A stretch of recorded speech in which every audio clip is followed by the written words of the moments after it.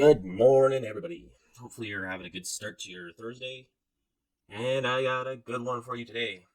We've all been hearing that Alberta is like the main hotspot for interprovincial travel and well, just moving in general, and for immigration stuff like that. And now the Financial Post is getting at it as well. They're recording that there are massive gains in Edmonton and Calgary, and possibly, I'm assuming, Red Deer. We've been hearing this a lot from Daniel Smith saying like she wants to increase the population of Red Deer to like 1 million people, which is ridiculous in itself. But let's get into it. Let's see what the Financial Post has to say about it.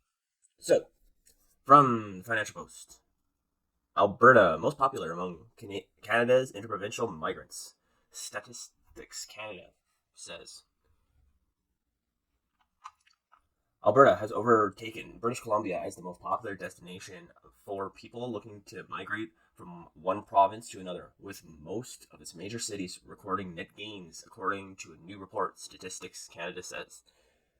So apparently people like extremely cold summer or winters and smoky summers.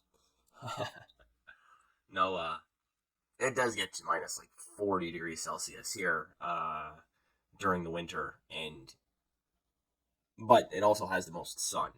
So you can get up at 7 o'clock in the morning and the sun is up, and then you can go to bed at 9 p.m. and the sun's still up. It's nuts. They say from July 2022 to July 1st, 2023, Calgary and Edmonton recorded overall net gains of 26,662 people and 16,082, respectively. That's nuts. In contrast, Ontario had a net loss. Vancouver lost 4,795 people. The highest lost in 20 years. Also,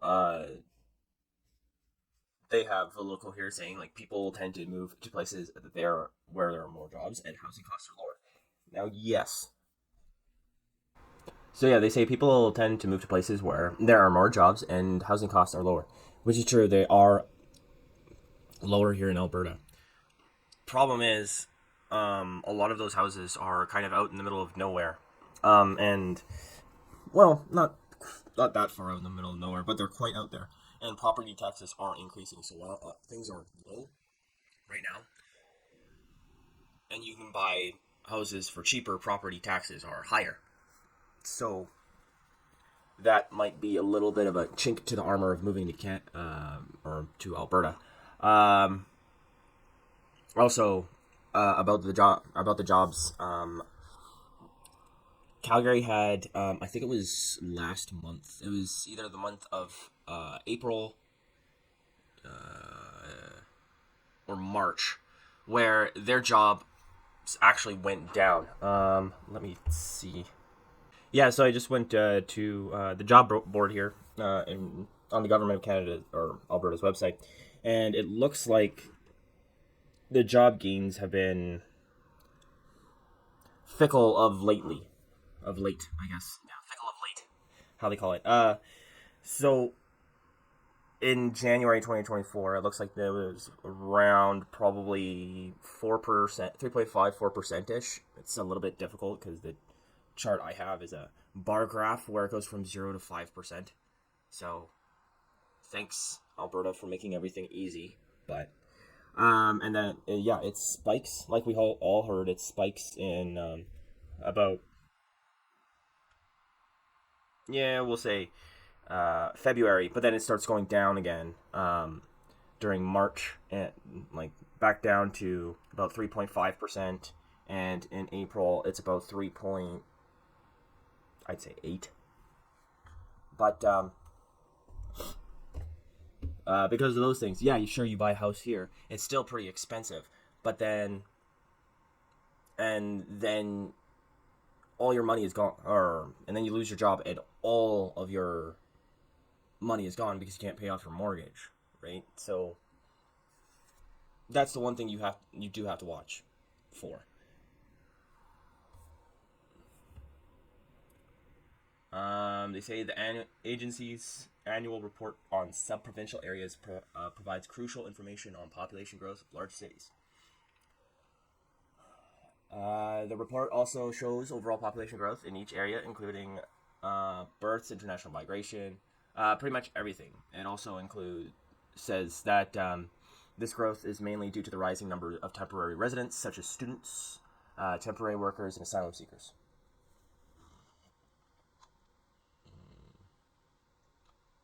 They don't include illegal immigrants in there, but I guess they're kind of hard to track.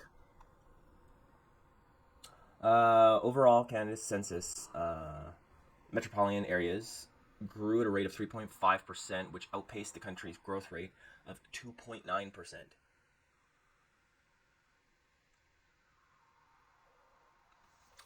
Almost 3 in 4 Canadians, 29.8 million people lived in metropolitan areas in July 1st.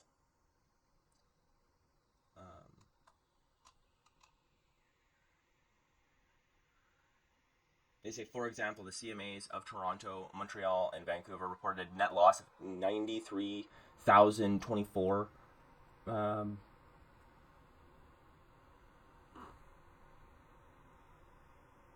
to 20,624 and 18,399 people, respectively, to other regions of the same province.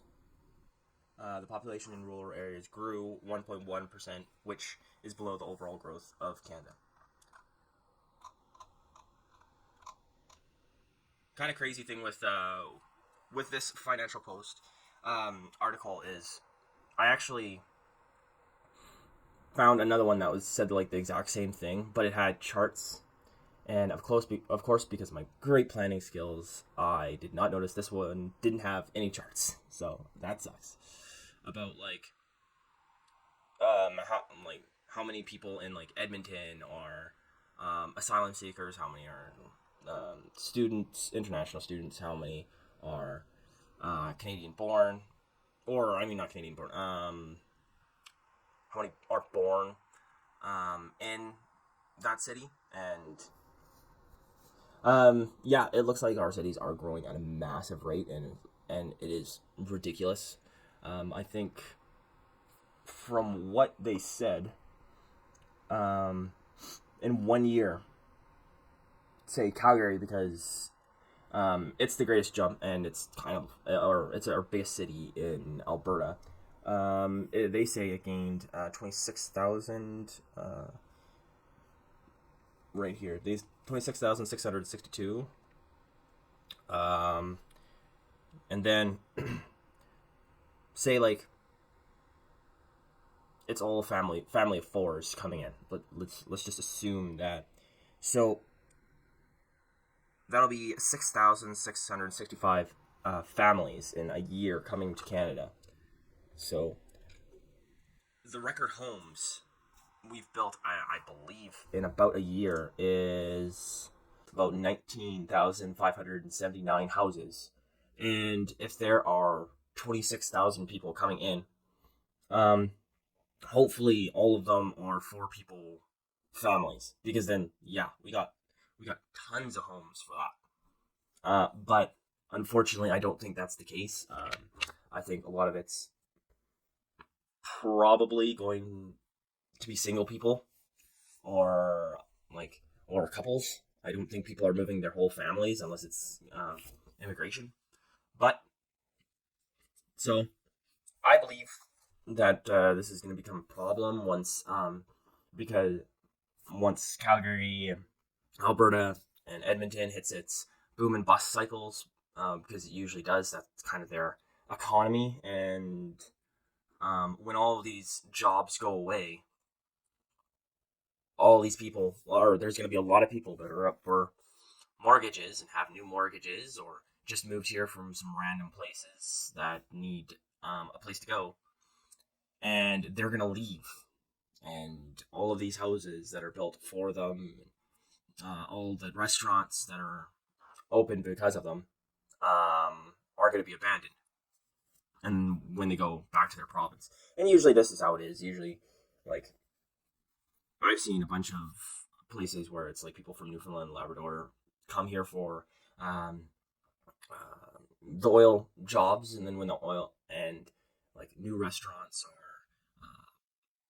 put up downtown, and then once the oil boom is gone, the owners leave, and because all the workers leave, and everybody just the restaurants just shut down, and it is how it is. I guess I think Alberta's always quite been this way with like at least interprovincial migration. I'm not particularly sure with immigration too much, but yeah, we'll see how it goes. Hopefully, everything runs well with such a large influx of people. I don't particularly think our cities are ready for it, but let me know what you think down below in the comments. And if you like this content, like and subscribe. That would be awesome.